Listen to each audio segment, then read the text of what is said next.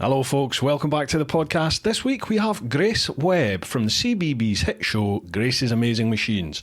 But before we crack on with that, a big shout out to this week's podcast sponsors, who are the Influencer Store. The Influencer Store helps you build your brand, big or small, providing you with a solution and apparel. We help you to increase your fan base while supporting you with starting out your own influencer clothing line with nothing more than just an idea or design, and there are no hidden costs. For more info, come check us out at the influencerstore.co.uk or drop us an email at online@influencerstore.co.uk for more information. I use the Influencer Store for all my merch, actually, folks. So again, a little plug from me. If you head to TeapotOne.com and check out the shop, all that merch there is handled by the Influencer Store. It really does help me out personally as well as them. So if you're in the mood for some great looking stuff, fill your boots. We are also sponsored this week by Ultimate Add-ons. Ultimate Add-ons are the premium manufacturer of mobile phone and action camera mounting solutions for motorcycles, with a kit for any bike and a proven track record of creating products that keep your devices safe, secure and easily accessible. The Ultimate Add-ons product range is ideal for any rider, from the commuter to the round-the-world adventurer. Why shell out on an expensive GPS system when you could use your smartphone, keeping it charged and within reach to take photos of your travels at the same time? Ultimate Add-ons waterproof, shockproof and dustproof tough cases are available for all flagship smartphone models and are designed by riders for riders. Find out why Ride Magazine gives Ultimate Add-ons their coveted Best Buy certification.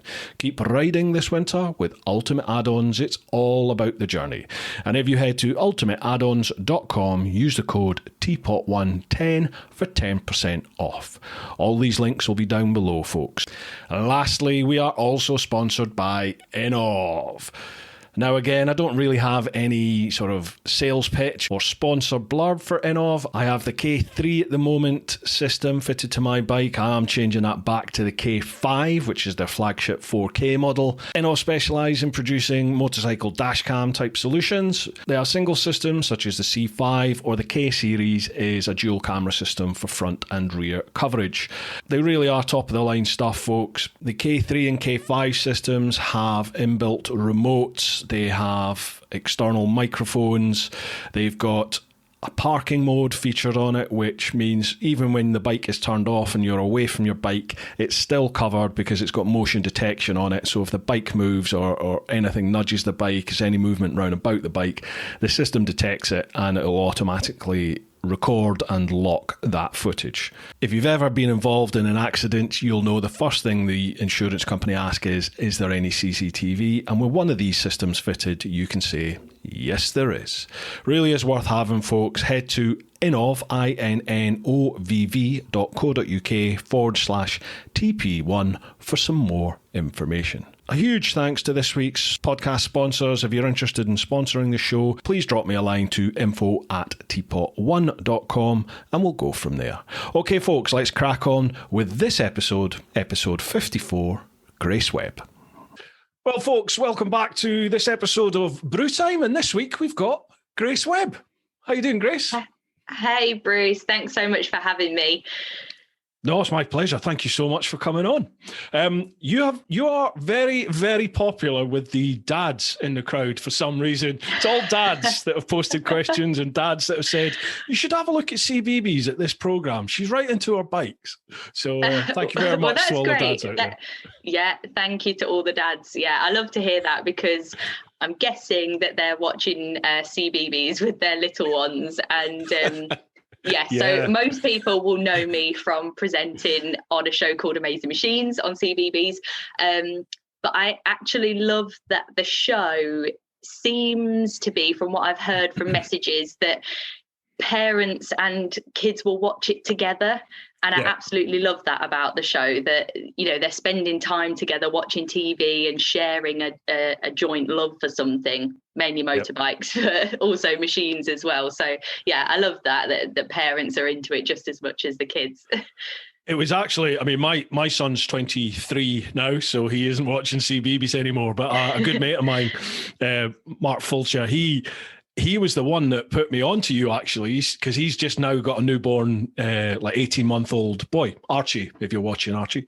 And he said, Archie. you know, you need to watch this program. She would be really good on the podcast, because, you know, she's bringing like bikes and engineering to the whole new younger generation. So it's Mark that we need to thank for getting you on.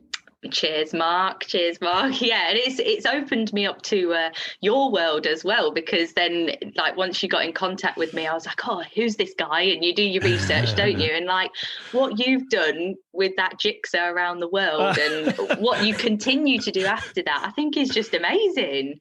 Oh, thank you very much. That's very kind. Yes, and now that's my new YouTube documentary series is your stuff. Yeah, it's weird when you. I mean, I don't obviously I haven't watched it since I did it, but people who are new to the channel, it's the first port of call for most of them as they go through the world trip, and everyone says, "My God, you've changed." From obviously, I've got a beard now, but you know, I was gonna say that you haven't got that massive beard in the videos. That's right, just a boy back then. That must feel like a lifetime away, does it? Or oh yeah, massively. You know, so much has changed from. You know, that was what, 2012. Well, 2009 I started planning it. So yeah, so much has changed since then. And I'm in a good place, loving life, enjoying things. So can't complain. And the memories you would have taken from that is brilliant. Like the fact that you documented it all, I especially appreciate how hard that must have been. Because I've tried to dip into the YouTube stuff, and when I've come from CBeebies, where, you know, we've got a huge crew and it's so polished, and then when I try and do something on YouTube by myself, I'm like, well, I need to film that, and I need to put that camera over there, and then I need to edit that bit out for sure. It is tough when you're doing it all by yourself. So credit to you. I think it all looks great. I would love to go back and do the world trip again. You know, just can I come with you? Just knowing what. Oh yeah, no problem. I'll be a second camera guy. You're on. Yeah, knowing what I know now, just in terms of like audio in particular. You know, just knowing what I know now, and with the editing that I do now. Oh, I'd love to do that trip, but I don't know. You never know. You can never say never, can you? It might happen. We'll see. Yeah, definitely. Right. Never know. Shall we? What I normally do is when we first start, I sort of throw the floor open to you, to the guest, and basically say, what's your name? Where'd you come from? What you do? I know we've pretty much covered it there, but I'll fire it over to you and then we'll go from there. Right, it's like being on a game show, isn't it? So, cuddly toy. My name's Grace, and I'm originally from Lincolnshire. That's where my parents are currently living now. I was born actually in Leicestershire, and then we moved to Lincolnshire when I was about 7. My dad's business as an engineer, his business was developing and he needed more space, so we ended up relocating to Lincolnshire. And I am a presenter / journalist / educator, I suppose I would say. So my career started out teaching. So I was a class teacher for about 4 years, and then took a promotion to be an assistant head teacher. And then I suppose you could say it took a promotion after that to then present on CBeebies for children. And I'm obviously, so that wasn't what I set out to do, the presenting stuff, but what I did set out to do was have an impact on children. And the opportunity given to me to be on CBeebies, the fact that it reaches millions of kids still blows me away. But I love that it's reached that many children and is inspiring them as well. Like I often get messages from parents saying, oh, my little boy or my little girl loves watching this and they want to give this a go, and you've inspired them to even sit on a motorbike or, you know, anything like that. Because I think sometimes bigger machines as well like that, children can be a bit nervous around them. So it's nice that when they've seen me do it, they think, oh, well, if Grace has done it, it looks all right when she does it, so I'll give it a go, kind of thing. One message I got the other day was that a little girl went on a tractor, and that was like a massive thing for her because it was so grumbly and big, these huge wheels that, when you think the wheels are bigger than those kids, so you can sort of imagine how daunting that must be. So yeah, it's all about those little steps, isn't it? So so that's kind of, well, I suppose a bit of a rushed progression of my career so far. I know how these things go when the questions all start kicking in and we start going down the various rabbit warrens that they unveil. We'll delve deeper for sure. Yes. So obviously there's the sort of education part of things which ties into how you started your career by being a teacher, but you used to be a presenter, weren't you? On, was it was the Thundersport? Was that right? On, was it Dave or no? Before Dave, what was that? Motors. Yes, Motors? so that was on Motors TV. Yeah. So that was something I did when I was studying actually at uni, and that came about in an unusual way, I suppose. So my younger brother started racing motorbikes when he was about 10, so I would have been about 13 at the time. He did it for years, and I just always went along with the rest of the family. I was on the pit wall. Ooh, go little bro.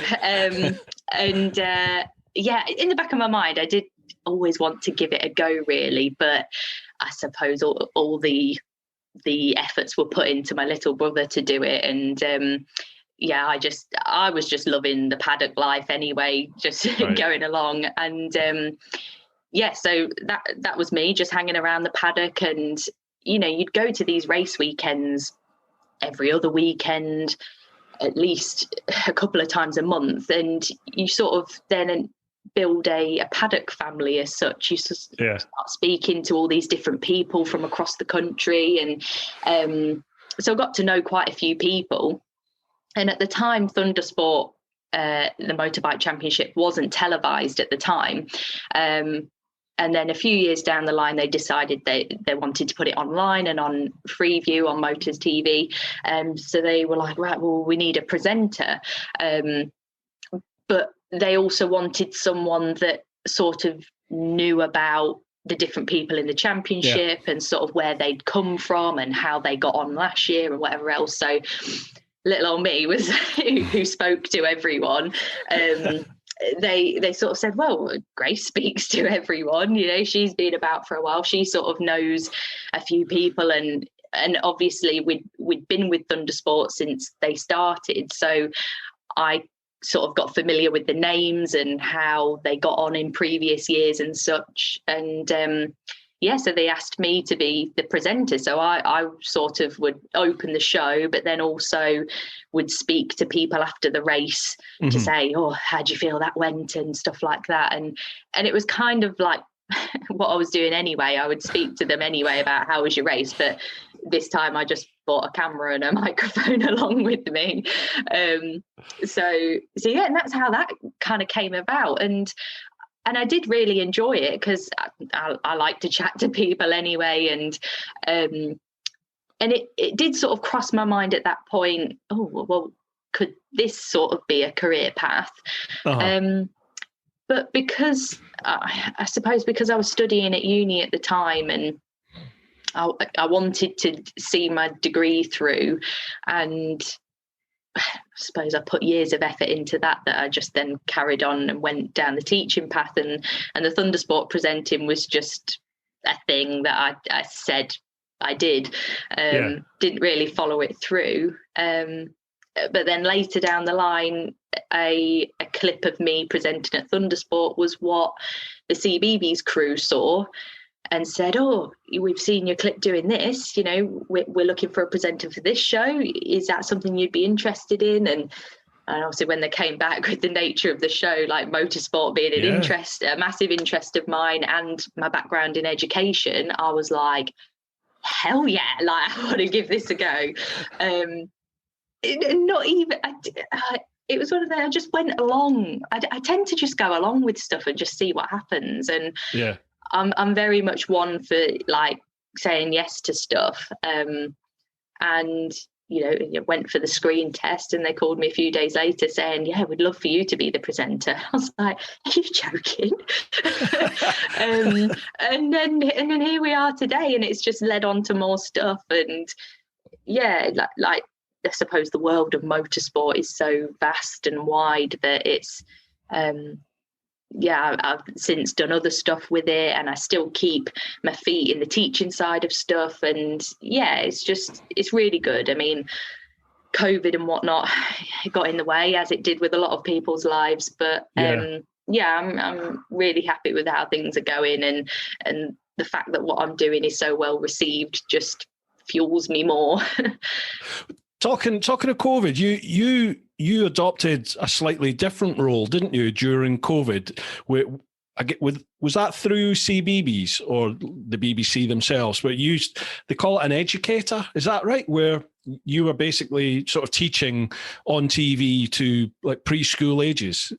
Yeah. So when lockdown first happened, the BBC wanted to put together some sort of education platform that children could easily access at home. And that's where BBC Bite Size Daily came in, where they created almost like 20-minute bite-sized chunks of education. So maths, English, science, history, geography, a bit of everything rolled into 20 minutes, so that children who were working from home could access it easily.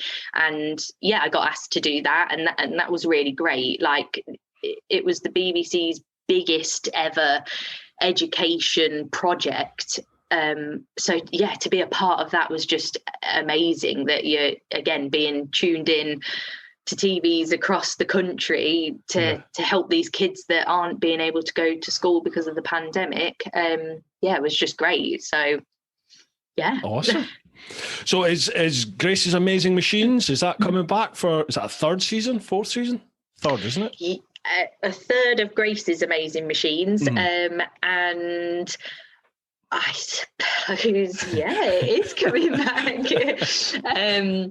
There's still lots more machines out there to be tested and documented. So we've got to keep going with it, haven't we? Awesome. This is very rude of me. I just realised we've not. Do you have a tipple for this evening at all? I do. Ding. Oh, good effort. Is that a gin? Right, it looks like a gin, and this is why I do it, because it makes me feel fancy, but it's actually just a sparkling water. Nothing wrong with that. Slange. Cheers. Oh, that's better. Right, okay. Yeah. How about we delve into the questions, because there's quite a few to get through. Okay, yeah, sure. All right. I tend not to pre-read the questions, so most of the time they're as much a surprise to me as they are to you. We'll see how we get on. They can be quite obscure at times. Right, first off, we'll go to the clan over on Patreon. So it's patreon.com/TeapotOne. First one, J. Alexander. I've got a question. My parents were really anti-motorcycles. How do kids' parents generally feel about two-wheel transport? Cheers, Jay. Yeah, do you get much feedback from parents with regards to the motorcycle influence? Your motorcycle influence? Yeah, sometimes. I think the show has really helped, because I think it sort of portrays motorbikes in a safe and controlled environment, and obviously I'm always wearing all the safety gear and things like that, and often I'll get parents who are also bikers, who, and that if they're bikers themselves, then they can't really say you can't have a bike.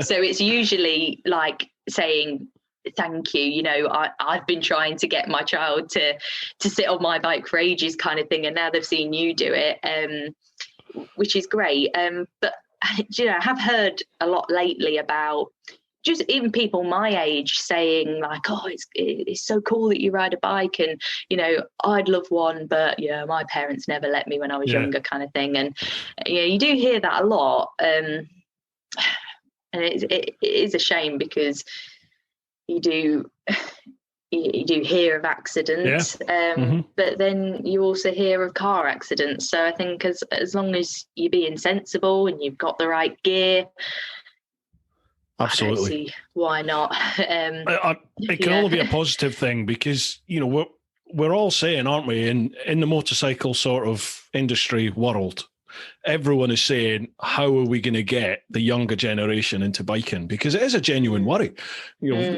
Everyone's getting older, like there's not many in the sort of the teens and 20 bracket who are coming through into biking. There are some, but there's nowhere near as many as there are in their 40s, 50s, 60s, 70s. So, to ask somebody like yourself. It's so cheap though as well. I think that kind of gets lost, because it's actually a really cheap form of transport. Like, compared to getting your license for a car and then buying a car, to get your license and get a scooter or something is considerably cheaper. So that's a massive plus. But and I think with the introduction of electric vehicles and electric scooters and bikes, again, massively cheap to run one of those. It's like looking at the whole package, isn't it? Definitely. I'm glad you brought up the electric, because I'll bring that up later on, obviously with your new venture, because I'm a total convert to electric. I started riding electric about 3 or 4 years ago and love them. Absolutely love them. Yeah, it's brilliant, isn't it? Yeah. Great fun. But we'll cover that later on. Where are we going there? Oh, yeah, because it's interesting hearing you say that it's a cheap form of transport, because for a lot of people sort of older in their years, we look and think, well, biking's just getting more and more expensive. Like for me, I've not been riding that long. I've only been riding, 2008, 13 years, something like that I've been riding. But for me, at the start of that, like a 10 grand motorbike, bloody hell, that was a lot of money. That was like creme de la creme sports bike was 10 grand. Yeah. And now you're looking at high 20s, 30s. But for a brand new bike, maybe, but exactly. you can pick up decent second-hand ones. Yeah, this is what I mean, is it seems to be a lot of people I know in the industry, cost, as in it's too expensive, seems to be something like a hurdle that they're thinking, how can we deal with this to get the younger generation in? But listening to you talk, you've got quite a refreshing attitude to it, that, well, you don't need to buy a brand new one, do you? And I think that's maybe an issue that a lot of the industry thinks. How do we get people in, get them into buying new bikes? But like you said, well, you just go second-hand one. You don't need to go for the top of the range. You can, as you said, scooters, things like that, the lower CC bikes. It's going to be interesting to see how they do it. I don't think any of my bikes have been brand new, actually. I've always had a second-hand bike, but then I've changed my bike a lot more than my car. So, but again, dealerships now are offering such great finance options on bikes as well, that's another way around the cost, that you could, like with 0% interest as well, that so you're not missing out on anything. And again, they probably offer something where you can swap it at the end of your contract and continue to get a new bike. And so I think there's loads of options out there for bikes, and the style that you want as well. Like and you can get panniers, and there's storage, and I think they're only getting better now for more options for you to choose from.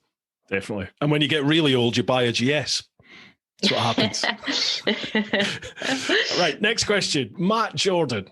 Has there ever been a vehicle or piece of machinery that you've had to introduce on the show where you've genuinely struggled to fake an interest, like a cement mixer or BMW GS, for example? Cheers, Matt. Thanks, pal.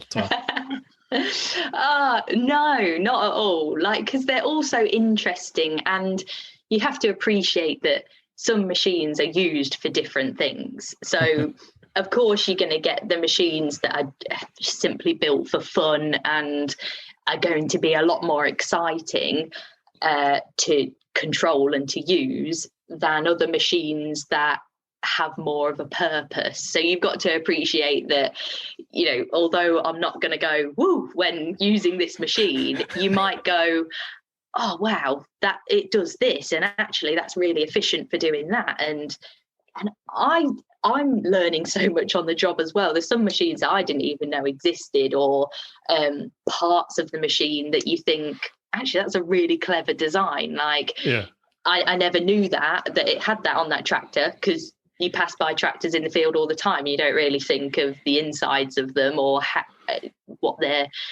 how they're being efficient. And so I'm learning a lot of stuff like that. So no, genuinely, no, there's not been a machine where it's like fallen flat with me, because you appreciate it for different reasons. So yeah. Have you always had that interest then in sort of mechanics engineering, or is that something that has come about because of the show? Yeah, no, I have always. I mean, like I said, my dad's an engineer by trade, so there's always been an engine running or a spanner about or something mechanical's going on in our household.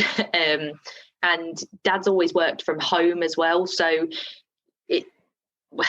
I've always been around it, and I've just taken an interest to know how these things work, because I like knowing, you know, I use my car every day and I use my bike very often, that if I'm using this, I like, in my head, it helps me to know like how things are working and why it's doing that kind of thing. So yeah, maybe that's a thing that goes on in my brain.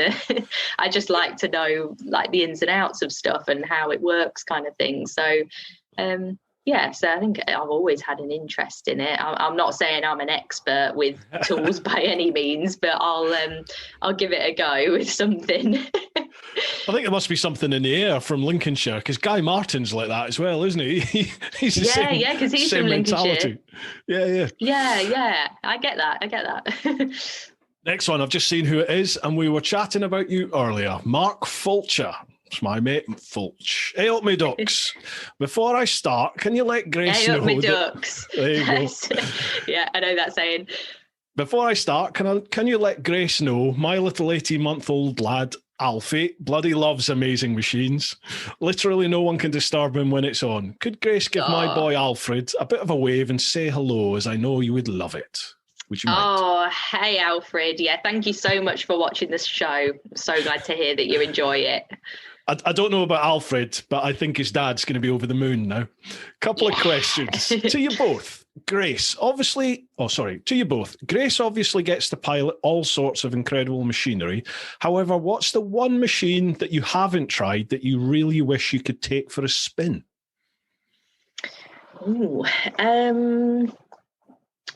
I have spoken about before about, again, because I love motorbikes, and I was thinking about which bike would I like to ride, and I don't know about you, but I would love to try out a MotoGP bike, because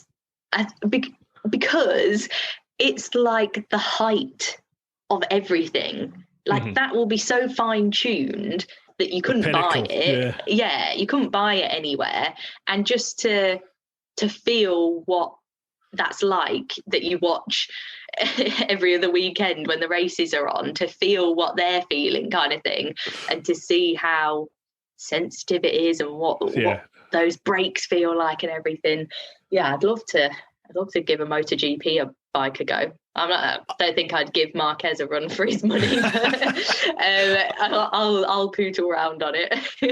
It's the thing, like, you see people take Formula One cars out, don't you? And they literally, they can't get the thing off the line. And I've heard that. Yeah, I've heard that an F1 car is just so sensitive, and it's wants to move, and yeah, but again, that's what I mean. I wonder if that's the same. What the bike's like, with a bike, yeah. Interesting. I was going to chat with you about this later on, but I've hopefully going to be doing this new motorbike TV show on Amazon Prime, and one of the shows on that, I'm going to be like a pit crew with a Moto 2 team. Don't know which one yet. Don't know what track we're going to, but I'm going to be in the pit crew for some Moto 2 championship. And cool.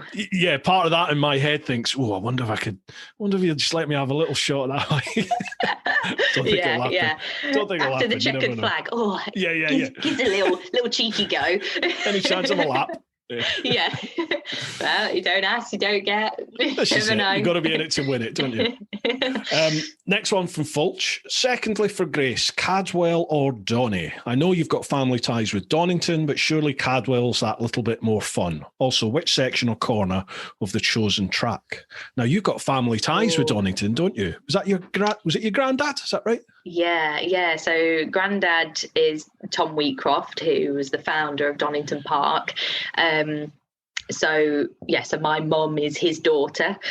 And yeah, again, that's another reason, I suppose, as to why I am how I am.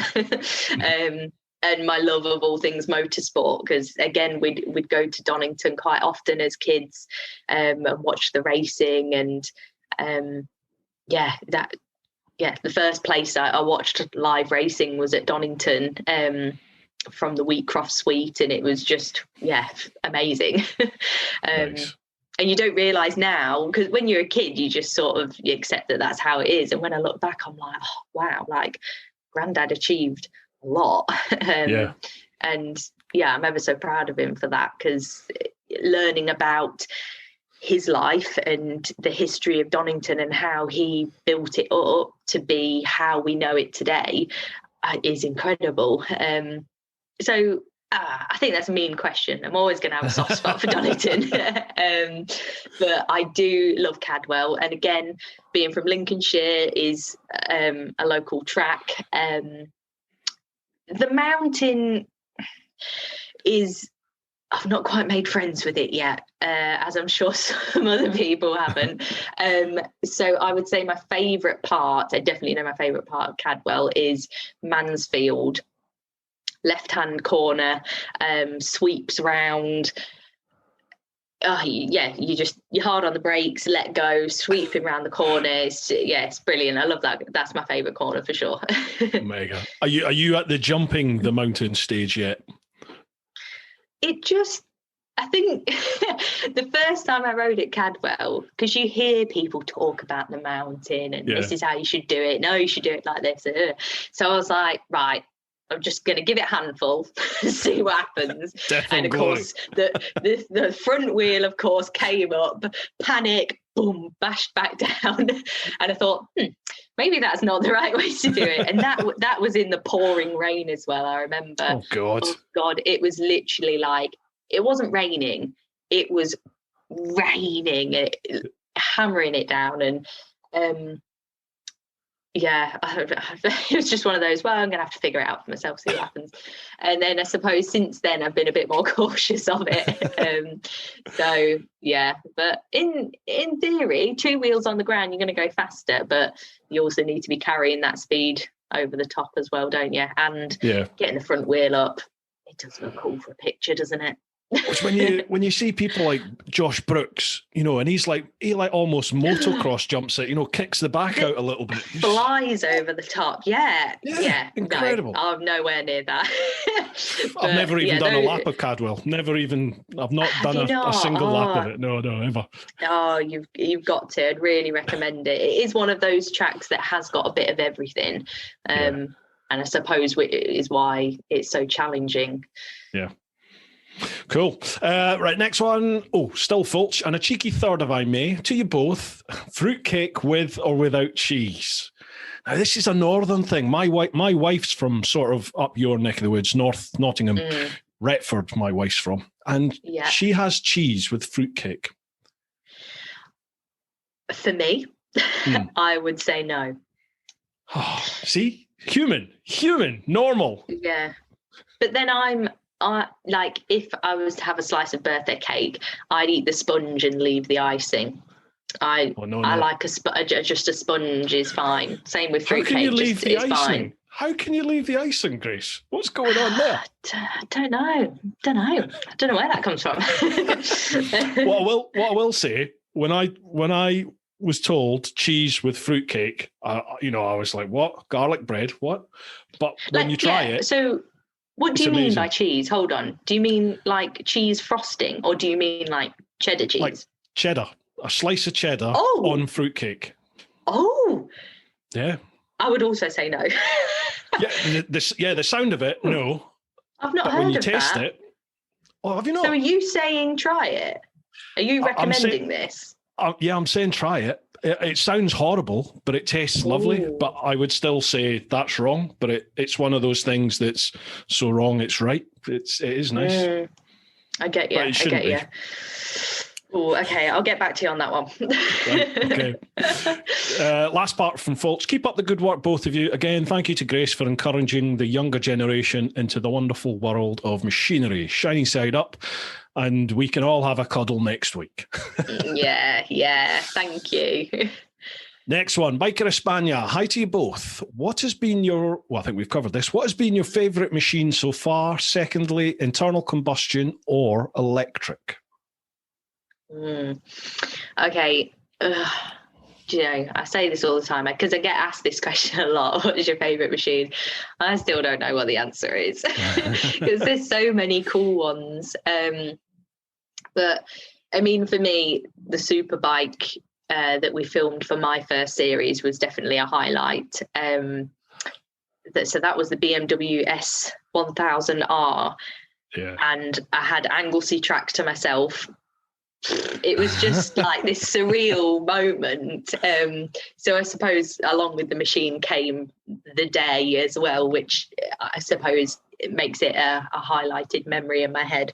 So yeah, that was a great machine and a great day. It's a fantastic bike, that, isn't it? Yeah. Oh. Silky smooth, that bike. Beautiful. Just everything clicked into place nicely, and yeah. Again, didn't really have a bad thing to say about it. Next part you said was internal combustion or electric. Yeah. You've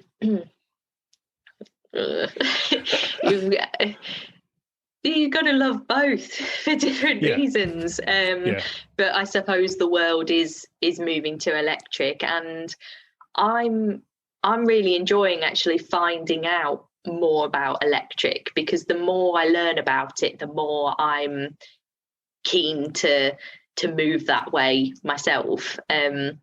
So yeah, I do like, and I have ridden an electric bike, and again the torque you get from electric, phenomenal, and I suppose with the cars as well, like soon as you put the accelerator down, you pinged back and you haven't got time to think about it. That's right. Whereas I suppose there's more steps with the others. You got to click everything into gear, and that you've got that split second, I suppose, to think about what you're doing.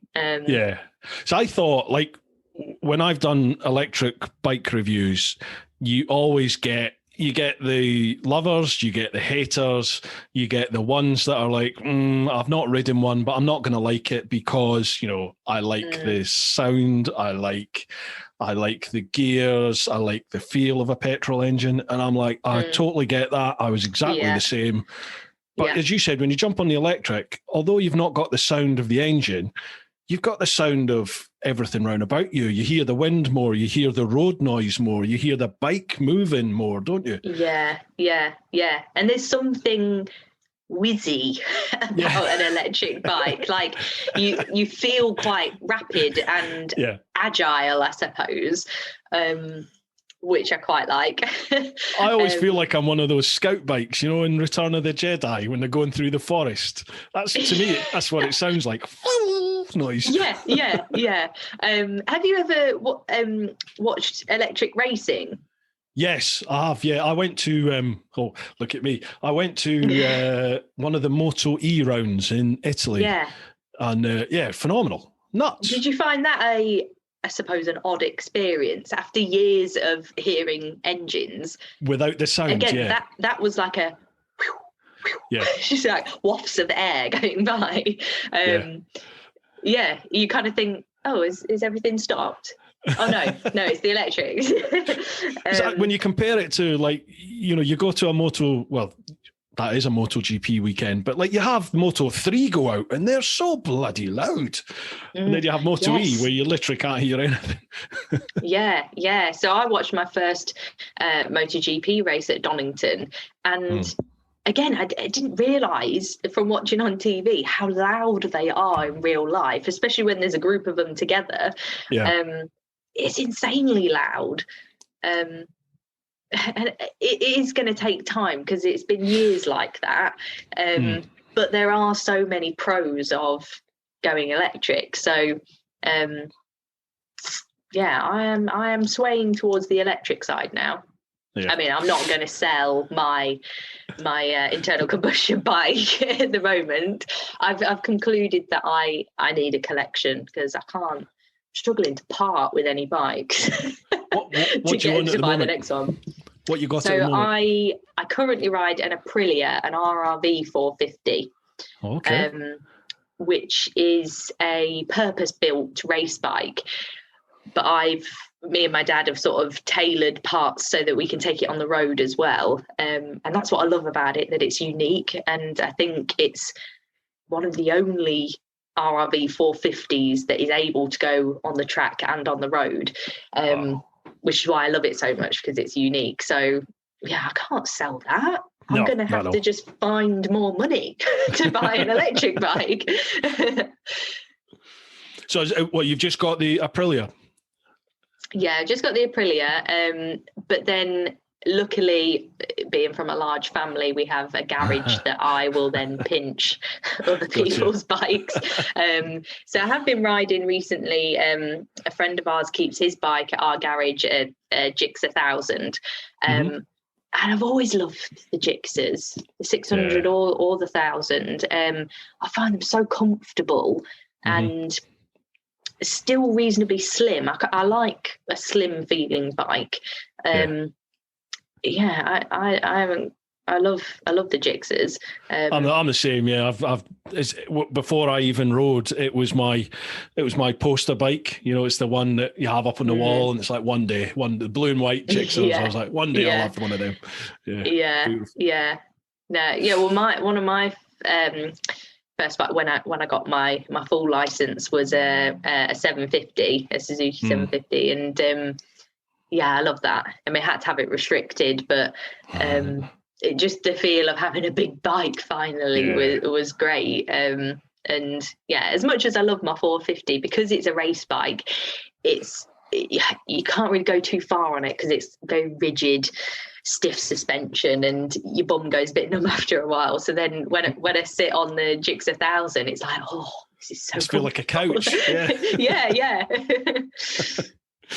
Next one, Jordan, I think it's Bathy or Bathy. I love watching Grace's amazing machines with my little lad. Truly the best programme on CBeebies. It has, however, caused a little bit of jealousy with my girlfriend. When she hears the theme tune, I often hear, "Oh, it's your girlfriend Grace again, is it? Do you wish I was like Grace?" I always tell her, "No, of course." Question 1. Tell us about the most cringe-worthy fan moment. Dad's running up to you. Do you know what? I don't think I've had any cringeworthy fan moment. Oh, you've done it now. You've done it now. Everyone's going to watch this and go, right, I'm going to come up and say hello. Well, I mean, I suppose because a lot of it has been because the show didn't come out that long before we went into lockdown. So I suppose, yeah. But I did have one guy did come up to me with his son on FaceTime. So he was already prepared. Went in for the look who I'm with, and I was a bit like, what the hell's going on here? And he was sort of like talking to his son and not really talking to me. It's like, look who I'm with here. And I was like, oh hi. But I suppose I've been quite lucky like that. Everyone's been so nice that it's all good. Awesome. My old job, I don't know if you know, I used to be a police officer, used to be in the Met in London, and I used to work at Downing Street, and I'd be at the front of Downing Street, either, out the front of the gates or behind the gates, and you would just get these guys walking by like that, and it was always the dads like pushing a pram or something, and you could see like their other halves behind them, just like, oh, for God's sake. And one time I had this woman, she just they'd walked by a couple of times, and then you could see her just go, oh, and she turned around and she was like shouting through the gates, "Are you Teapot? Are you Teapot?" like that. I was like, yeah. And she said, "Right, come here." She grabbed hold of her husband, brought him back. She was like, "Look, it's Teapot. Say hello." So I'm like, "Hello, hi, how are you?" I bet everyone wanted to have a selfie, didn't they? I think it wasn't the whole TeapotOne thing. I think it was my beard. People seem to be fascinated with my beard at Downing Street. Yeah. So, yeah. Well, that was something I was going to ask you. Where does the TeapotOne thing come from? It is the call sign for I think the Met still has it, but we used to have a catering truck, a tea wagon called TeapotOne. Yeah. So it was just if there was a large scale deployment of Old Bill, like a demo or anywhere where there's going to be a lot of Old Bill for a protracted length of time, then there would be a call over the radio saying TeapotOne's been authorised or TeapotOne's been deployed, and you knew, okay, we're going to be here for a while now, but I'm going to get a brew, I'm going to get 10 minutes off the front line to go and have a cup of splosh, a biscuit, cigarette if you smoked, and that was that. So when I was trying to think of a name for my trip, because I was taking in like a 2-year career break, one of my mates in the job just said, "Well, why don't you call it TeapotOne? Because you're taking a break from the job. Just call it TeapotOne, and 30,000 Old Bill in the Met will straight away go, what's TeapotOne? What's happening?" So that was it, and it just sort of stuck. Really? That makes sense, yeah, because that was something I didn't know, and I was like, I wonder why. There must be a reason why his channel's called this and why it's all over his bike, and yeah. But that makes sense. That's cool. I used to sort of address that a lot in the early videos because I always got asked it, but I suppose I just don't anymore because it's people just accept it and that's that. But yeah. I need to do somebody said I need to do some sort of intro vid for the YouTube channel just to say, let people know it's because some people think it's TeapotOne. They don't, the Americans seem to think it's TeapotOne. They don't put two and two together. I think TeapotOne. So I'll need to do a vid on that and how it all came about. But anyway, some cool intro video of you coming in on a bike and Jordan had a second question. Do you think there is an appetite from TV companies for any more motorbike related programs? There appears to be a lack of material except Henry Cole. Yeah, I know what he means, because I suppose you've got Top Gear obviously being the massive car show. It'd be good for a motorbike show to be like that. I don't think it's going to come out the blue though. I think probably the way around it would be to bring bikes into a car show. Okay. Do you see what I mean? Like bring them in together and but I don't know. I'd be well up for doing something like that. I think there is space. The biking community is huge. So it's just making people aware of it, isn't it? Definitely, yeah. Well, I mean, we've got the new show that's due out August or September time, and that's their aim is for it to basically be a bike Top Gear, but who knows how it's we'll see what happens. We haven't started filming yet, and it's due out in August, I think September time. So we haven't started filming. Yeah, I'll look out for that. Yeah, so excited. Yeah. Next one, Robert Forster. Greetings and salutations. My 8-year-old asks if you can do a show about snow vehicles. I'm going to ask what kind of weather you prefer, as although I don't like setting off in inclement weather, I like the challenge of riding or driving in crap conditions. You did do a show, didn't you? I think I've seen a show when I was at my mate Fulch's. You not do one on like a snow plough or something like that? So that was my mate Katie. So before I came to the scene, Katie presented an Amazing Machine series before me, and she did a show about snow machines, which a little bit envious of that one because I absolutely love the snow. I'm a keen snowboarder, so that one I was like, oh, it looks so good and there's so much snow and the conditions are great, but she did a great job of that. So Katie presented the first series, and I took over after she left on the second series. Gotcha. So she's off rallying now and doing amazing things. So it's great to see what she's doing, and that opportunity came up for her, and it made an opportunity for me. So yeah, I love keeping posted with what she's doing nowadays. Brilliant. So in terms of favourite sort of driving weather, are you a wet weather person, or do you prefer it dry for riding? Riding. Let's focus on riding. Yeah, I prefer dry. Doesn't everyone? Yeah, I think so. Especially on the road. If I look out the window and it's raining, I'm like, I'm taking the car. But when it comes to the track, I don't know. Whenever I go on a track day, it inevitably seems to be raining. So I kind of just accept that that's what's going to happen. So it doesn't really bother me on track, as long as it's one or the other. What I can't stand is when the weather conditions are drying, and you've got some parts dry and some parts wet, and you're like, well, what tyres should I use? Oh, I don't know. Well, it's raining over there, but it's sunny over there. So, yeah. Have you done Brands in the wet? It's no, like a bloody ice rink. What's that? Well, I imagine Paddock Hill is, yeah.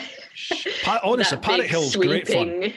If you like the mountain, you would love Paddock Hill. It's brilliant. I mean, I love Paddock Hill, and I'm shit scared of the mountain. But Paddock Hill is loads of fun. Really is fun. Yeah. But when it gets wet, the whole circuit is like an ice rink. It's like someone's gone out and put soap all over the circuit. It's horrible. That's my low. It's just down the road to me, so it's I've been there for a bit. So it's good tyres you need. Yeah. Off-road tyres for when it's wet, I think, over there. I've just seen who the next one is. We have, a lot of people are regular sort of question posers, and one of the most famous, I've actually had him on the podcast, is a guy called Pete English. So buckle up and get ready for this question. They're normally quite obscure. Hi guys, hope you're both fitting well. Question to you both. You've just found out you have a long-lost twin sister or brother. What would be the first three things you would tell them that have been your greatest achievements, and what questions would you ask them first? Wow. Is that a question for you? You go first. Okay, right, me first. First things you would tell them. Okay, yeah. Sheesh. Wow. What would be the first three Well, things you'd obviously tell them about round the world, wouldn't you? They'd be asleep in about 4 minutes. How long have these imaginary people got? Have they got a while? They just turn around and walk away. Like, I'm not getting associated with this boring fart. First three things you would tell them have been your greatest achievements. Ooh. Well, it would have to be their nephew, my son. So tell them about my boy, introduce them. What other two things? Am I chuffed about? This is a massive question, isn't it? You kind of got to go through the memory of your life. Yeah, I know. Normally, ladies first, but I'll have to think about this. Right. Yeah. So my boy, I'd have to mention the world trip, wouldn't I? I'd just have to, because that's I am chuffed about that. Okay, and one other. Blimey. You'd have to tell them about your family, wouldn't you? That would be one of mine. Like, because I'm I'm massively proud of my family and where I come from. So I'm like, well, come on, you got to come meet them. That would be one thing I would say to them. Yeah, definitely. Yeah, long lost twin sister or brother. So what? They're from your mum and dad, or one or the other, or come on, Pete, I need details here. Yeah. Now You would I'm assume starting so, wouldn't you? Yeah. The copper in my head is like, where, how, and how did this happen? Why did it happen? Yeah. God, I've got one more. Right, Yeah. I'll try and think of one more. I'll pass over to you. Well, I would, so family would be one that I'd sort of have to tell them about them. Career is a big one for me. Like I'm proud of my career so far. And then a third thing to tell them. It's tough, isn't it? It's tough. Yeah. I'd want to know about them. Where have you been? Exactly. Okay, then. So let's go to that then. What questions would you ask them first? Where have you been? Yeah, where have you been? Are you like me? If they're a twin, you'd want to know if they're similar to you.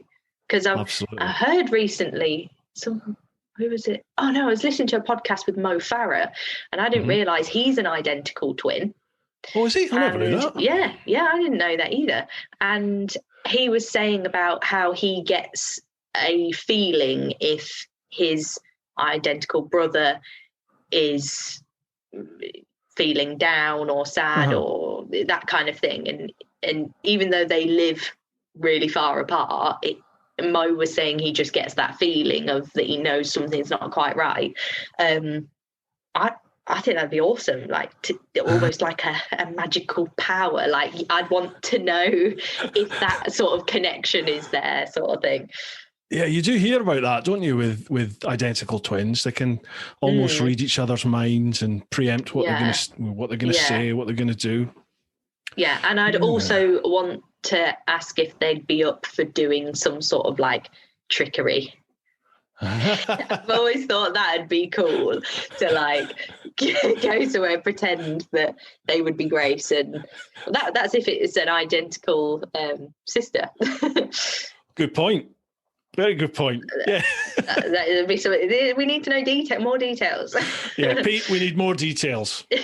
For next time, more details. Right, I think we've attacked that one quite good for on the spot. I think so. Yeah, I properly had me on the back foot. Wow, that stumped me massively. It was a big one. That was a big one. Next one, Peter Hamizadeh. Hi, like many others, my kids and I love Grace's Amazing Machines. There you go, dads. Keep telling you it's dads. Any plans for a new series? And can you get some more bikes in it for my kids, obviously? Yes, obviously. Well, that is something that, again, that when Katie first started it, she's a rally driver, so it was sort of pitched in that way. And then when I came along as a rider, you know, the title sequence and everything revolved around that. And since I've started doing it, they've always included an amazing motorbike episode, which I love that. And that's sort of like personalized for me then. So for sure, there's still loads of other motorbikes out there that I'm sure will still get an amazing motorbike episode in there. There you go, Pete. That'll keep you happy. Like I said before, there's still loads more machines out there, so watch this space. Awesome.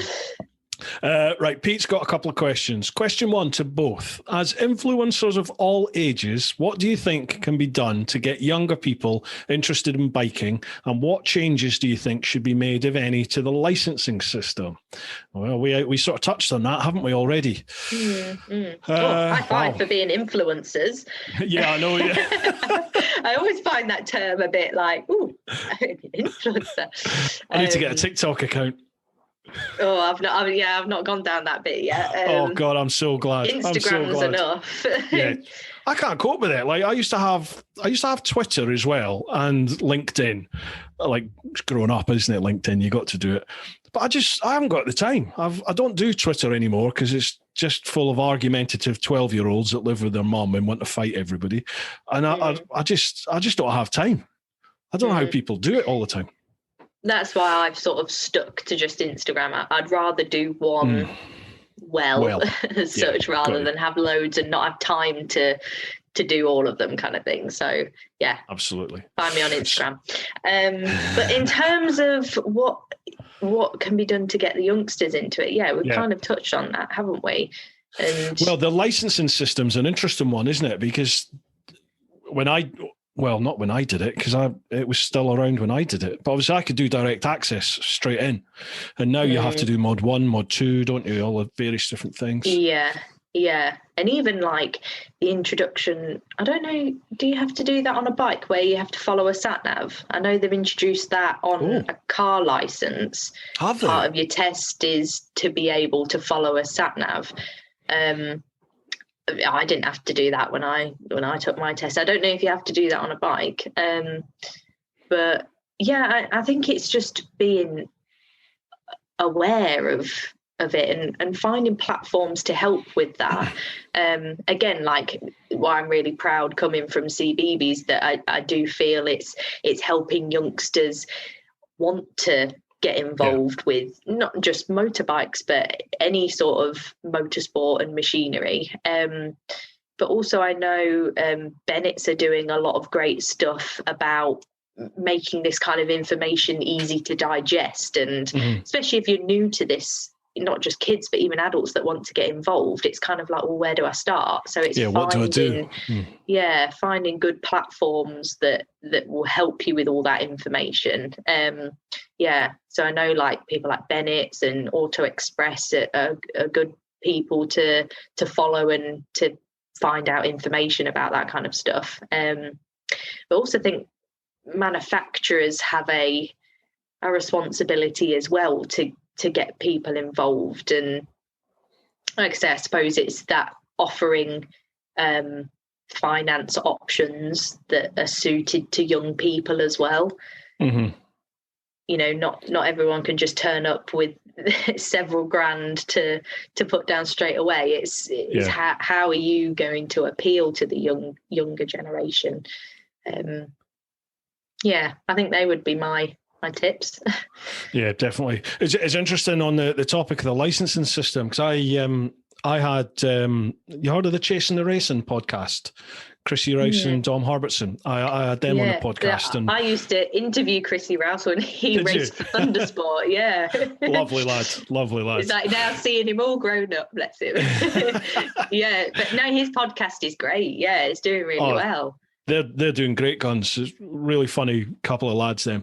But we had this similar sort of question, and originally I had the sort of mindset of, well, you know, maybe it is good that you can't get a bike license till, you know, a big bike license till you're, I think it's over 21, isn't it, for a 1,000cc or more now before you can do your, or is it 20? Might even be older, before you can do the direct access. Because I was just thinking, well, you know, the big bikes are really powerful and it's really easy to get yourself in a lot of problems. But Dom was like, he said, well, yeah, but any 17-year-old, if they've got the money, can pass the test and go straight to the showroom and buy themselves a top of the range Audi if they've got the money and insure it and take that out. So what's the difference between that and a bike? And I thought to myself, you're right there, actually. You know, if you can get a really high powered car, if you've got the money and you can get a high powered car, then why can't you do the same on a motorbike? That just doesn't seem right to me. Yeah, no, I agree. And I think it's odd as well that they've done it on age, not on experience. Yeah. So even if you've never ridden a bike before, but you're over 21, 25 or something, and you can go straight to a bigger bike, and it's like, well, exactly, yeah. Then that doesn't make sense then if you're looking at non-experienced people, their age then doesn't really matter, does it? Yeah, that's what I don't get. The logic's not there as far as that goes. I think a tiered system for cars and bikes, if you're going to go down that route, is if you're going to go down the route for one, you should go down the route for both. And I think maybe, at 17 years of age, you should limit people to, I don't know, 1000cc for a car and maybe, I don't know, 600cc for a bike or something. Not allow that big jump to the big bike till maybe you're, as you said, till you've maybe got a year's worth of experience or 2 years worth of experience of driving or riding. I don't know. But I didn't. That's actually a good point. Yeah, I didn't think about that, about like comparing it to cars then as well, because you can then just buy any car, can't you? Once you've passed doesn't make sense, your does test. it? So yeah.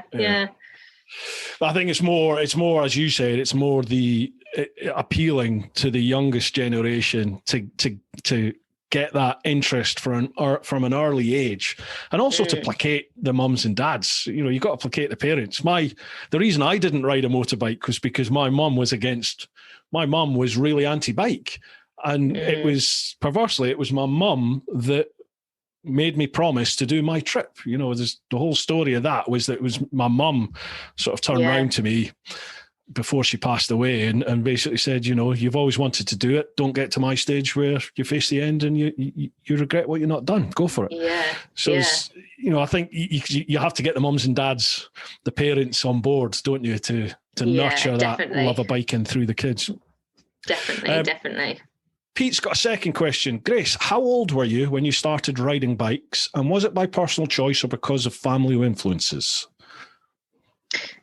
Yeah, I suppose a bit of both, really. Yeah, so I was gutted because I'm an August baby, so I couldn't take my CBT till then. But everyone else in my year at school could do their CBT and turn up to school on a scooter or a moped, and I was like, I'd love to do that. So cool. But I never got the chance because obviously I left school before that age. So, but yeah, I took mine as soon as I could. So yeah, when I was 17, and yeah, I've been riding ever since, and I've never regretted it. So, and I think, yeah, I mean, I suppose my parents were cautious. I suppose they never stopped me from doing anything. And again, I think it's that both my mum and dad are bikers, so it's one of those, well, you can't have a bike and then tell me not to get one. Exactly. But then before I took my test, I was riding, you know, in the garden and up the fields off road way before then anyway. And, you know, mum and dad had always kit us out, you know, with helmets and safety gear and stuff. So I suppose they trusted me as such. Yeah. They knew it was going to happen, wasn't it? It was going to happen. Yeah.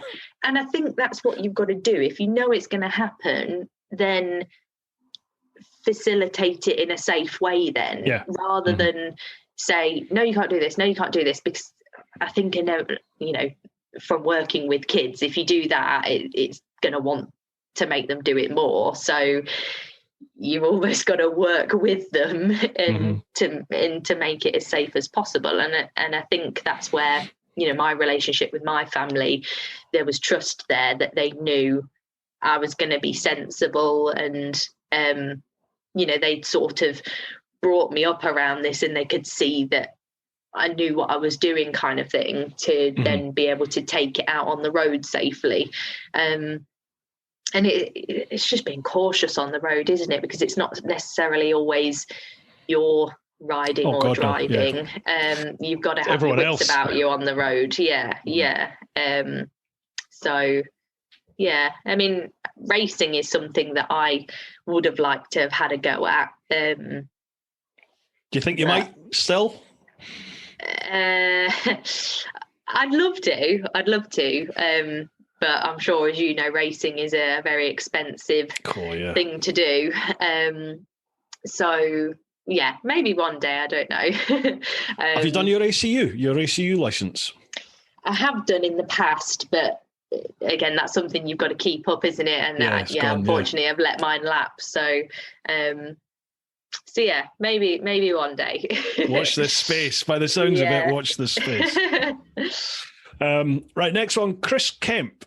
Hey Grace, my son absolutely loves your show and the Mini Mechanics series on YouTube. Will you be doing any more of these? Oh, brilliant. Thank you for watching that. That's what I was telling you about when you're a one-man band trying to film it all and edit it all. So that's brilliant to hear that they've watched that. Thank you.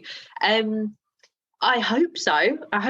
So yeah, if anyone's got any ideas of what they'd like to see, again, that mini mechanics series that I made during lockdown was a bit of a whim thing. What can I do from home that's exciting and that kids will want to watch and still along that STEM path?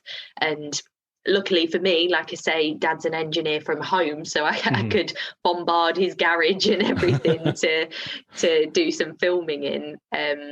So yeah, hopefully if I get my brain together with some creative ideas, that's great to hear that they've watched it and they want to see more. So yeah, I'll definitely think on that. Awesome. What I'll do then, folks, if you listen to the podcast, check out the show notes. If you're watching the YouTube vid, have a look at the description, and I'll put links to the Mini Mechanics YouTube series. Well, I'll put links to all your socials, everything down below. So make sure you give Grace a subscribe, a follow, a like, all the other things. Awesome. Chris has a second part of his question. Was the wing walking green screened? If so, I don't blame you and I won't tell my boy. If not, well done. Good luck in the female racing series if it's still going ahead. Thank you. No, it was not green screened. Mega. What's it like? Nothing that you see is green screened. And the wing walking, a few people have said that to me about, were you nervous? And, I would do that. But actually, I wasn't that nervous about that one because you're not really doing anything other than, you strapped in, you can't really go anywhere. Yeah. But the fact that people, like, leading up to, the days before we filmed that, people would say, "Oh, you're nervous? How are you feeling?" I'm like, "You're making me nervous by saying that. Like, it's fine." Like, and they, even before that, you'd have to watch a safety video, and they'd show you like how to strap in properly and everything. And they said, we have 100% success rate. We've never had any injuries or no pressure or anything like that. And I was like, brilliant. If you'd have said 99.9, I would have been a bit more. But it was like, I felt totally safe. The guys there were brilliant, and the crew are just fantastic. Like, they never rush me, and are you ready? Do you feel comfortable to do this? And most of the time I'm like, yeah, let's get on with it. Come on, let's go.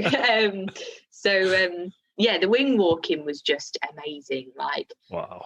And I would recommend it because for me, I've always wanted to be able to fly, fly like a bird. So, and that's the closest feeling to flying I think you can get, because you've literally got the wind on you, and you can't really see much of the plane when you're up there because everything's directly below you. So you've just got this view of where you are. Wow.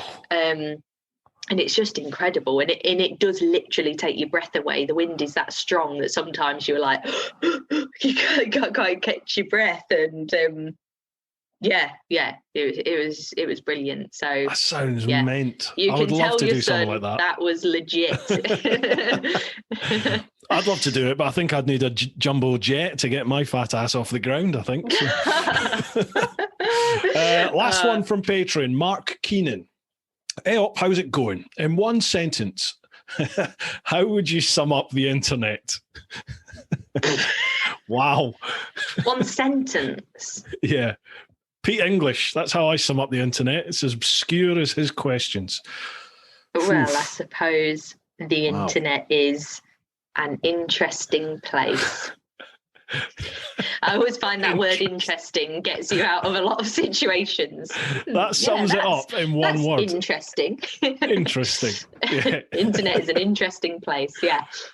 Do you get much of an issue with trolls and any sort of negativity, or is everything fairly positive for you? I've been very fortunate, that most of the contact I have with people is positive, and I try my best to reply to as many people as I can on my Instagram. Especially to the positive comments. I think people have taken the time and the effort to write this wonderful message that's made me feel wonderful just by reading it. That I will try my best to reply. Nice. There has been the odd not nice comment. I wouldn't say it's trolling. I think trolling is like where it's constant. I've been fortunate not to have that. There's been the odd comment, but I think you're not always going to be for everyone all the time, are you? So it's true. True.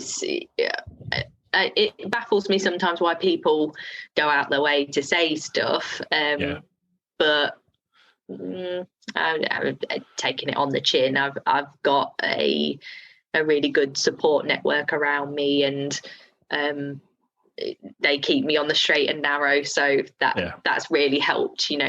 My family and friends are great at, if I say, oh, have you seen what this person said, they'll help me focus back on track, kind of thing, and not dwell on it too much. So you do need that though, don't you? What have you found with that? I generally was okay. Generally 99.99999% of the stuff was really positive. It's really good. But you would just I'd get the odd occasional just shitty comment, I had one person that said, I'm glad your mum's dead, so she's not seen what you've become, and like a comment like that. Oh my gosh. It's not personal because they don't know you, but it's incredibly personal. You know what I mean? It's like, that is straight into the heart. And I was like, I've got some skills from my past. I'm going to find you and we're going to discuss this. But you can't be like that, can you? But I found in lockdown. But that's just the internet, isn't it? He's probably 11 years old, sitting in a basement with his, living at home, hasn't got any mates. That's probably just what that person is. You tend to find these people get some sort of kick out of it because they lack something in their own lives. So, but I have found in lockdown, certainly this last lockdown, I don't know if there was more of it or if I was just more sensitive to it because I was stuck indoors. I don't know, but this last lockdown, to me, it felt like there was a lot more of it for me. But it's not horrendous, but it's just more negativity than I would usually get.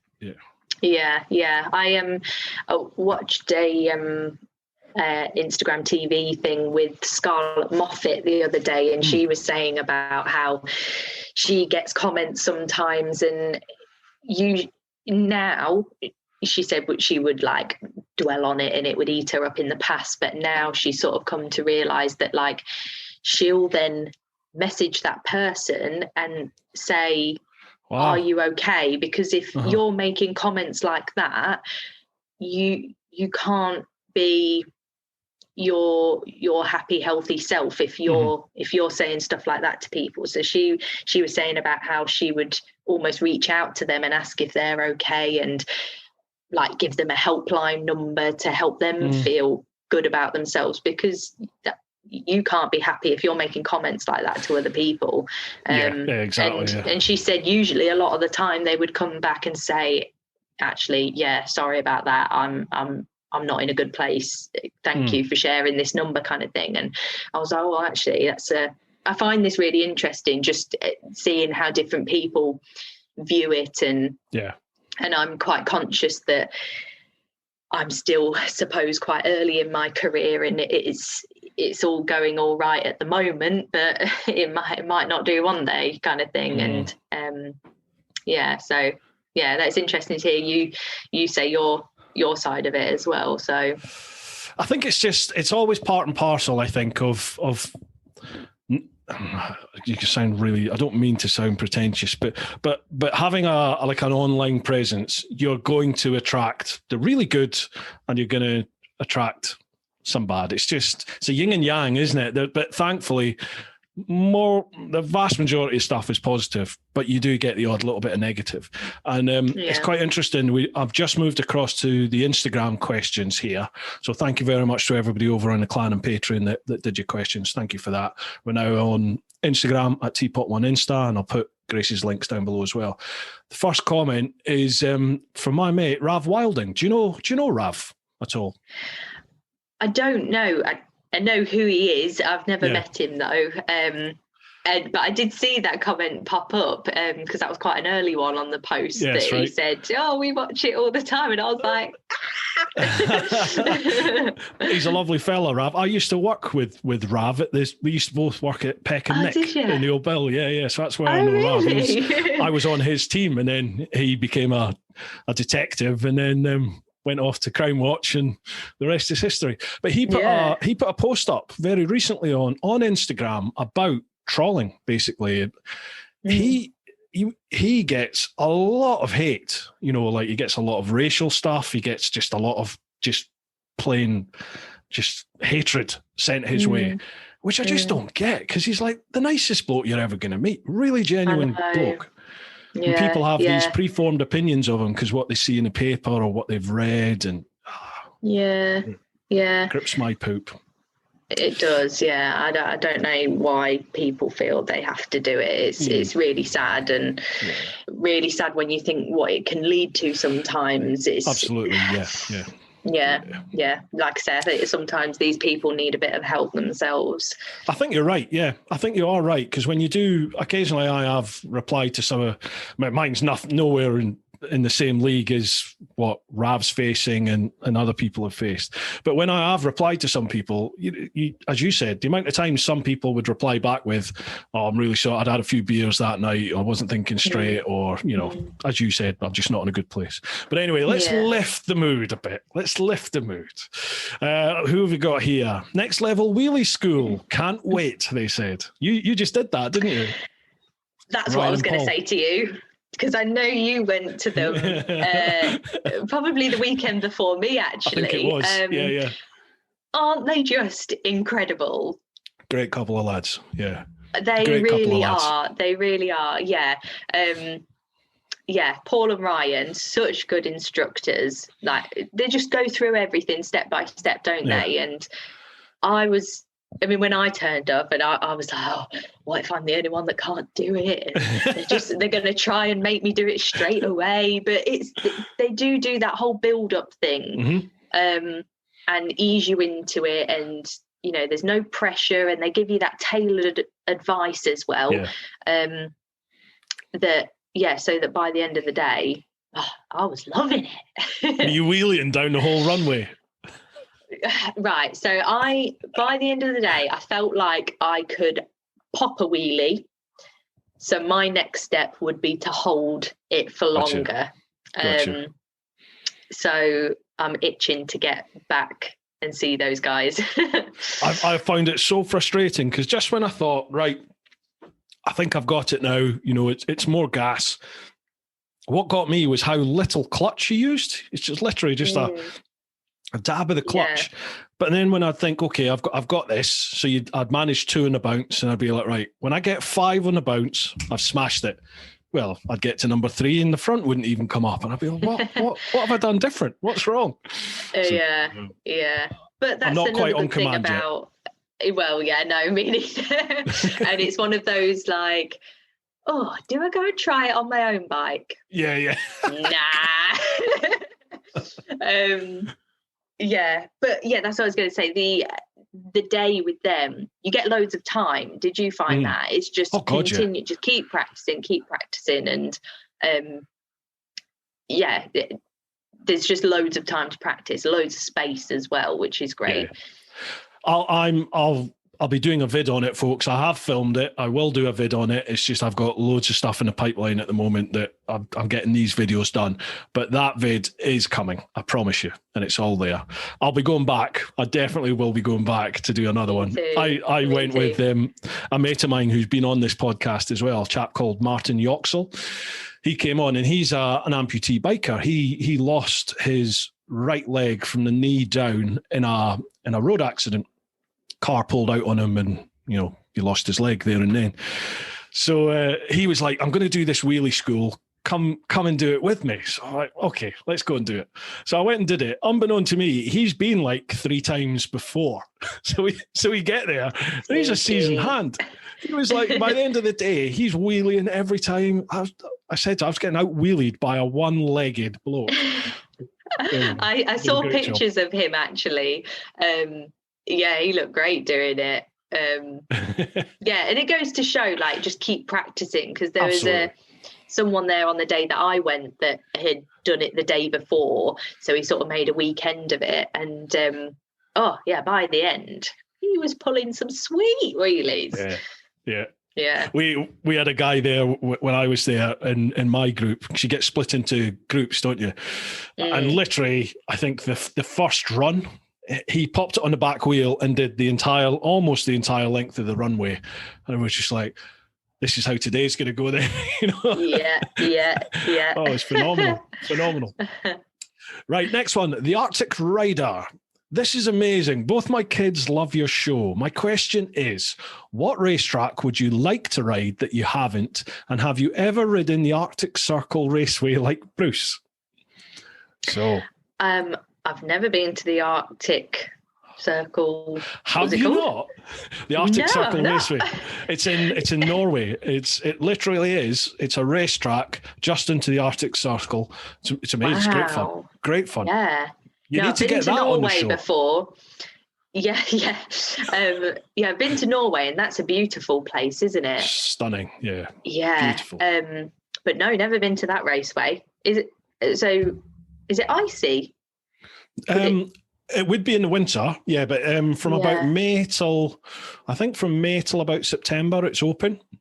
Yeah. And they do, because they've got 24-hour daylight up there during the summer. So they have, I think they do like 24-hour races and all sorts up there. Yeah. Cool. It's great. It's a great track as well. A lot of fun. Yeah.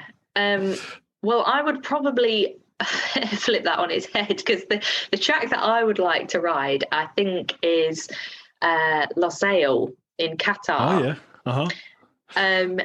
Just purely because they mainly ride at night, because it's so hot there. That's what I mean. It's the opposite to the Arctic Circle Raceway. Because I think riding under the stars and under the street lights, I just think that would be epic. Yeah, it does look awesome on the TV, doesn't it? It looks amazing. Yeah. And the bikes look so shiny as well, because it's all like twinkly and so not only does the track look great, but I think the experience of riding at night would be really cool as well. I'd like to do Laguna Seca because of the corkscrew. That just looks mental. Oh, looks crazy. Yeah, that'd be a good one, actually. Yeah. One day. Part of my plan on the world trip was, because I was doing it on the sports bike, I wanted to do either all the World Super or all the MotoGP tracks and try and do a lap every one. And in my ignorance when I was planning it, I thought, I'll turn up on a Tuesday and that'll be all right. I'll get on and do a lap at the end of the day or something. Nah, I think I maybe did half a dozen tracks, maybe, that I managed to blag a lap of. That was about it. Yeah. If that. Health and safety, that for you, isn't it? Well, and they were all just being used when I got there. People do track days, don't they? And there's corporate events and all sorts. So, as you said, they've got to have marshals. Yeah. But anyway, never mind. Half though is still good going. It was not one quite half, I would say. Yeah, probably. Well, I'll not list them, but 4 to 6 maybe I did. Half a dozen maybe. But anyway, Tilly Daniel, no questions, I'm afraid, Bruce. Just let Grace know she's a hero in our house. Xander 7 and Daisy 5 love her. Stan 1 makes motorbike noises when she comes on. Oh, it's my mate Dan Tilly. That's who Tilly Daniel is. You used to work with. Oh, brilliant. Thank you for watching, guys. Love you for watching. Thank you. I've just seen the next one. It's from my mate Martin, the one-legged chap that out-wheelied me. It's from Yox Rex. Did you out-wheelie Bruce as well? Thanks very much. Cheers, dude. I don't know about that. It sounds like we got to a similar level, actually. Like, we're both raring for another day and we want to hold it a bit longer. Don't be modest. You'll beat me, no problem. CL_LFC. Blimey, mate. May went quick. Maybe, sorry, yeah, because I think originally I'd put 24th. Sorry, originally I put the 13th of June that you were coming on. Sorry, that's just an error that I'd made in the original post. What else do we have here? Quick real watch through. 2 or 4 Wheels Adventure. Keep missing these questions. I've been AWOL, but I'm listening to the podcast and watching the videos too. To the both of you, if Afterlife Transfer was available to a vehicle, then like Knight Rider, what car would you be? Yes, I said car. Right. So you pass on. What car would you be? What car would you want to be put into? I love the film question. Cars. You know, the Pixar film. Yeah. I just love it. That first one. I I've think seen the it's first one. Just genius what they've done with like making the cars lifelike. And so I think, because I saw that question pop up and it made me think of the film, and I was like, so which one would I want to be? Like, do you know, I think I would be. The vehicle I would be like a VW camper van because I think they're still a little bit sporty. I think I'm a bit sporty, and they would go on lots of adventures, and I would like to do that too. That would be the vehicle I would be. I'd be the old tow truck. Yeah, Mater. Yeah. You know the name. a bit rusty around the edges. Yeah. It's kind of me. Yeah. Robert, are you okay for time? By the way, are you all right for time? Sure. Yeah. Cool. Yeah. I don't think we've got many questions left, but got a couple. Robert Newman, 27. Hello, Bruce and Grace. Hope you're both doing great. Grace's program is awesome, and I'm more hooked to CBeebies than my daughter when it's on. What do you guys think about Arch Motorcycles, the company owned by Keanu Reeves? Have you seen them? Yes, I have. Yeah, like really bespoke bikes, aren't they? Mm-hmm. There was one I saw. I think it was called the Method 143, and that had said that they were only making 23 units of that bike. 23. So that shows how unique they're going to be. I wonder why the number 23 was chosen, but anyway. But I suppose that'd be cool to own something so unique. I guess that's why I love my bike. So if you had one of those, they look really trick as well, don't they? Yeah, they do. Yeah, some lovely. They got like chunky front forks on that Method 143. I think they look really cool. Nice. I've not ridden one, so I can't comment on that. But well, this is the thing. Yeah, sometimes they look amazing, but they ride like a bag of spanners. But who knows with those? I've never chucked my leg over one, obviously. We had Jody Millhouse from Thornton 100 on last week. Have you heard of them? They do all the custom Triumphs now. They do a lot of the aftermarket parts for the cool. Some of the Triumphs. They look stunning. Some of his bikes just look incredible. Beautiful. Again, because he puts the big wide wheel on the front. Have you seen some of his where he does the wide wheel extension on the front? Looks cracking. Yeah, it sounds it. Yeah, I wonder what they're like to ride. I was trying to chat to him about it. Like, what are they actually like to ride with a big wide front wheel? And he says, depends which model it is. Some of them ride really well and others not so well. But, it depends what bike you're going for and what riding style you have. So yeah. And the distance that you're going to do on those things as well. I suppose you can tolerate some stuff for a short distance. Yeah. If it looks cool. Andy B 105 just watched a bit of Grace. She's a cool girl. Who makes what's that say? Who makes all your designer bike? Oh, who makes all your designer bike gear? And when did you buy Anglesey Circuit? Well, I'll let you into a secret that doesn't belong to me. But yeah, in terms of the gear, we use all sorts of suppliers. So like me and the crew will look at what safety gear we need, and dependent on the different machines, and then we just get it branded up so it looks cool and it matches the branding of the show. But yeah, I think he's referring to, because I say at the beginning of some of the shows that I've come to my track. Yeah, Anglesey, and that's just something so that it's nice for the kids to associate a home for me and Speedy to be at. But yeah, often I get asked, where's Speedy? And so then I'll say he's at the track, because our track, he likes to stay there and get good lap times, probably quicker than me. What's Anglesey like? I've never done it as a track. I mean, it's gorgeous to look at because you're right next to the sea. But then with that comes weather can be a bit, you can get a gale coming over. So it's one of those. In Wales? No way. If you get a good day, it's really good. If you get a bad day, I've been there with Thundersport sometimes that they've just had to call it because the weather is just so bad. But in terms of riding the track, they've got a corkscrew there, so you can imagine you're at Laguna Seca. Just like it, But yeah, no, they've got a bit of everything there. Like I say, they've got the corkscrew, they've got some nice sweeping corners as well as tighter ones. My niggle with that circuit is that they've got a back straight. So they call it a back straight, but it's not really straight.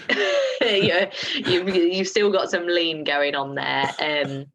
And then at the end of that back straight is a really tight left-hander, slamming on the brakes. So, yeah, there's a lot of guts going into that corner to carry the speed as far as you can. It's funny, I was always, before I did my trip, I remember people talking about Anglesey and saying, it's just the Welsh Phillip Island. I was like, all right. Then I've been to Phillip Island. It's really not. Yeah. Bring their weather over here, then you'd be all right. Second last one. Nick in Knutsford. Who's your favourite all-time Blue Peter presenter? Oh, Blue Peter presenter. Do you know, I've never met her, but I have grown a fondness for Lindsay Russell, who currently presents alongside others Blue Peter now. I found out something about it. I mean, I think she's a great presenter anyway. I love how bubbly she is, and I think she's so natural talking to the guests, and she takes a real interest in where they come from. But I've also recently found out about her that she's a qualified hot air balloon pilot, which Seriously? I was like, it's one of those things you think, I didn't even know that was a thing. And then I was like, well, I guess it is a thing. And I was like, that's so cool.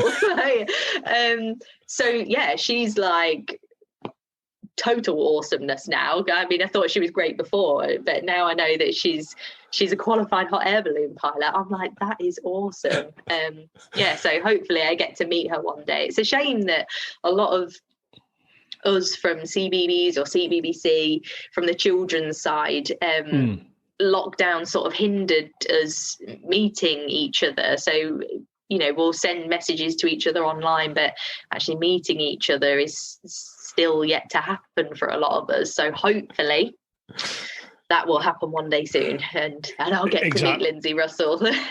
Just think what the next sort of corporate night out type awardsy type do is going to be like. Epic. That's the one to focus on, isn't it? Yeah.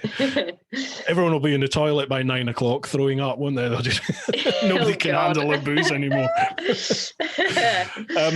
Blue Peter for me, I think it would be, I'm going to show my age here. Was it Peter Duncan? I think it's Peter Duncan. The old people out there like me, they'll be going yes or no. I think it was Peter Duncan. I think that was his name. I just remember, was it Goldie? Was the Golden Lab? God, this is back in the early 80s, mid 80s. That's when I remember Blue Peter. Some bells for me. Look at you, the name rings a bell, but I'm not sure if I could pick them out of a lineup.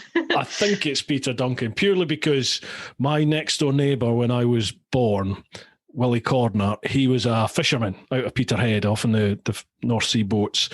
And that Blue Peter presenter, I think is Peter Duncan. They did a thing on fishing in the North Sea, and they went out on Willie's boat. So I remember seeing Willie on the telly, and this presenter being violently ill. Couldn't cope with the seas out there. It was horrendous. I can empathise with that. I'm not good on the sea.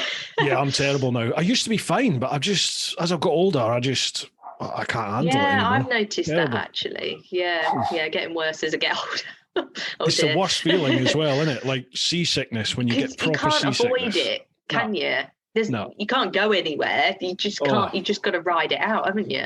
Horrible. Yeah, I feel I just thinking about it. Right, last question from last question. Chat 746. Keep up the good work, Bruce. Your brew times are keeping me sane. Thank you very much. Question for Grace. Which machine is the most amazing, and do you have to do any training to drive them, ride, or operate them? Well, of course, they're all amazing. But I think, like I said before, the Superbike was a great day. In terms of training, I mean, some of them like the Superbike or the supercar is operated how you imagine like a normal bike or a normal car. But some machines have some obscure controls that I will have a bit of time to practice on and have a few runs before the camera starts rolling. But it's all usually shot within an afternoon. So wow, there's not that much time. So it's, yeah. I mean, we do always have a go, and we check that I'm safe. You know, the crew is all in the right place. They're safe, and everything's good to go. So, and it all comes together. So, do you know what It's All Right on the Night is? Do you know what that is? No. I can show my blooming age here. It used to be a show that was just full of bloopers. It was called It'll Be All Right on the Night. And it was just full of bloopers from all around the world. What would be your sort of top blooper then that you've had so far? Oh God. Oh, there's been many. Well, funny enough, you mentioned about feeling sick. There was one machine. We filmed a seaplane, and I feel already. That was actually I'd only just taken the job on, and this was the first machine we filmed. And I think the crew was probably thinking, "Oh, who have we got for all of these other machines?" So we set off from land, and the idea was that we would then fly to a body of water and land the seaplane to show it on water and in the sky. So we'd set off, and we're in the air, and right, it's all going good so far. But I think a commercial plane had recently been through our path before us. So we sort of travelled through their vortex. So the RC plane sort of jerked and suddenly went up and down. And at this point I was like, whew, feeling it a little bit now. So there's me like, I'm trying to talk to the camera saying how good it is, because it was amazing and it's good, and I'm taking the controls and look what we can see and everything. But like in between each line I'd go feeling a little bit ill. So I had like done as much as I could, and it got to the point where I sort of said to the pilot next to me, because it was very small, so it was only me and the pilot, and then my producer was in the back seat. So I said to the pilot, I was like, I'm feeling a bit ill now. Are there any sick bags nearby?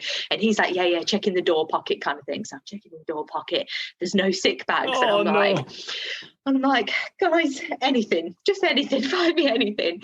So the producer found me a empty camera bag that had safety holes in the bottom of it, and he's like, just here, use this. So I ended up being sick in that, and he's like frantically trying to disconnect all the cameras. But he did like to show me a few months down the line. He's like, oh, I didn't manage to cut this camera off. Do you want to see? And I was like, oh, God, you need to delete that footage until someone sees it. That's going to rear its head one day, don't you? It's going to come to the surface one day, isn't it? Like, oh, dear. And, yeah, like I say, this was my first day on the job. And the producer's in the back, and I'm sure he's thinking, what have we done? But I didn't realise I kind of felt it that bad. And like you say, it's kind of as I'm getting older, it's getting worse. And it's frustrating because heights don't particularly bother me and that kind of thing. It's just the motion of it must be like an inner ear thing, isn't it? Because I don't know what it is, because I don't get it all the time. It's just sometimes I get it. I don't know. Yeah, well, I was all right until it kind of went really jerky, but my ears pop quite easily, so I don't know if I've just got sensitive ears or something. But now I take a little sick bag around with me for just in case times. Be prepared. I don't want to have that situation again where no one can find a bag. God, horrible, so that would probably be my ultimate blooper. Right then, before we go, how about we move on to the future then? So you have the new YouTube show called Driving Electric that you co-present on. Yes. Tell us about that.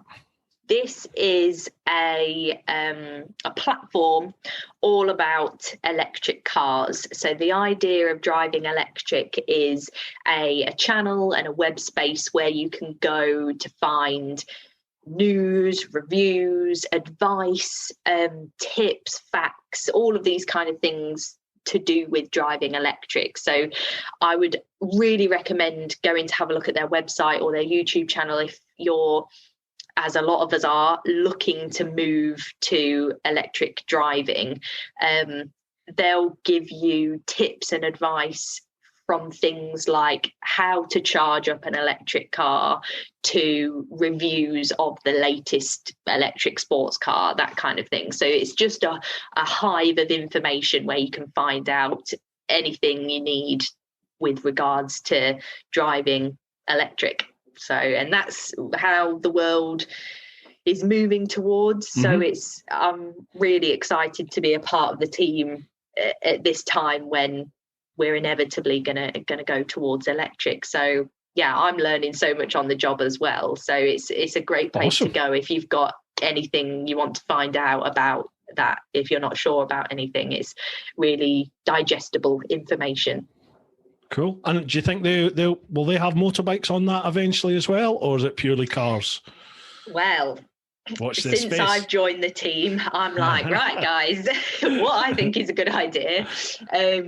So I think, yes, we will end up going along that route of introducing electric bikes, and especially seeing like how they compare to electric cars as well. And so that the idea is that it's not biased. It's just this place where you can find stuff out so that you can make an informed choice about electric driving.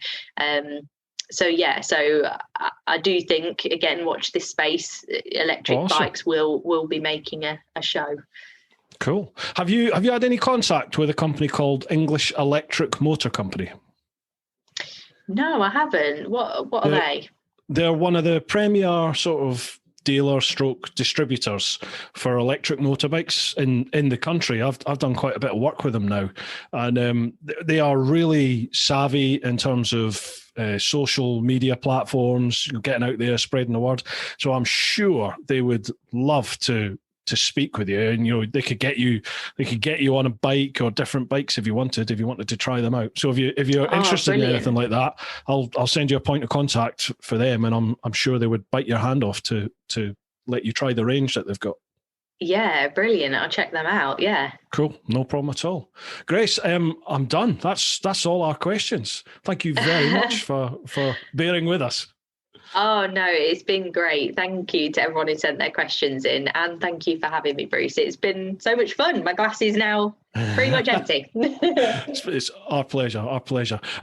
Before we go, are there any shout outs you want to give? Any plugs you want to give? Stage is yours. Feel free.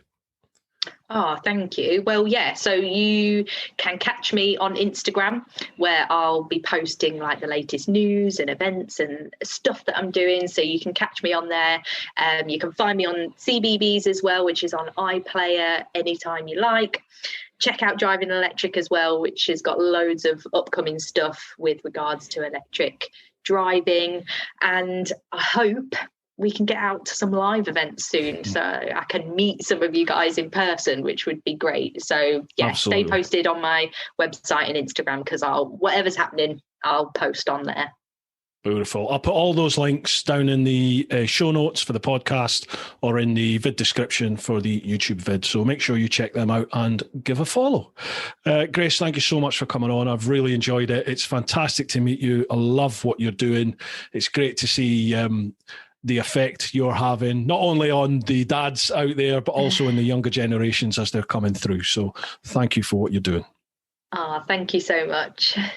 No problems. Folks, hope you've enjoyed this one. Well, we're almost there, aren't we? We're pretty much almost free. So keep on doing your thing, look after those that you love, but most importantly, get on out there and live your life. Woo-ha! Thank you so much, Grace. I really appreciate that. It's been lovely to chat with you. That was brilliant, Bruce. Thank you so much.